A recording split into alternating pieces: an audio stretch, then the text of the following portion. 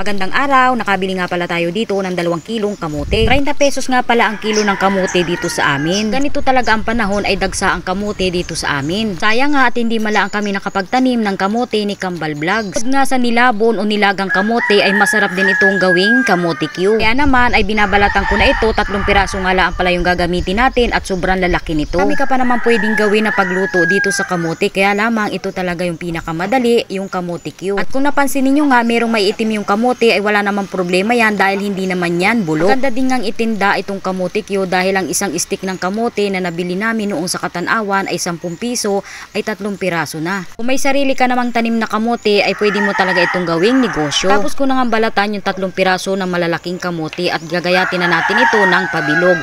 Kayo na po ang bahala kung gaano kalaki yung inyong gagawin. Magluluto kayo ng kamote Q, mas maganda po ang piliin po ninyong kamote ay yung medyo malalaki. Daling balatan at gayatin kapag yung nabili po ninyong kamote ay malalaki ang piraso. Tapos nga nating magayat yung ating 3 pirasong malalaking kamote ay hinugasan naman natin ito ng 2 beses. Habang hinuhugasan ko nga itong ating kamote ay nagpainit na din tayo ng mantika.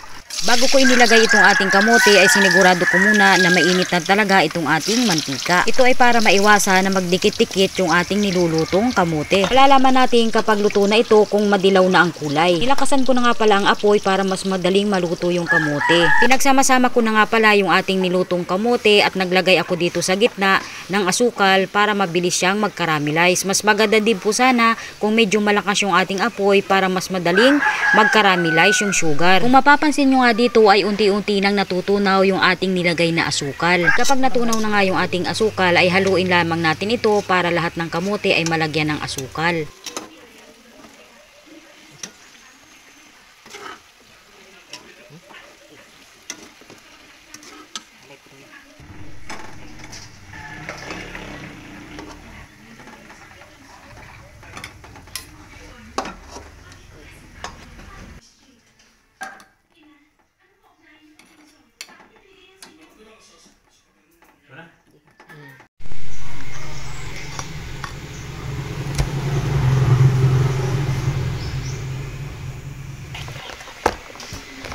Layo.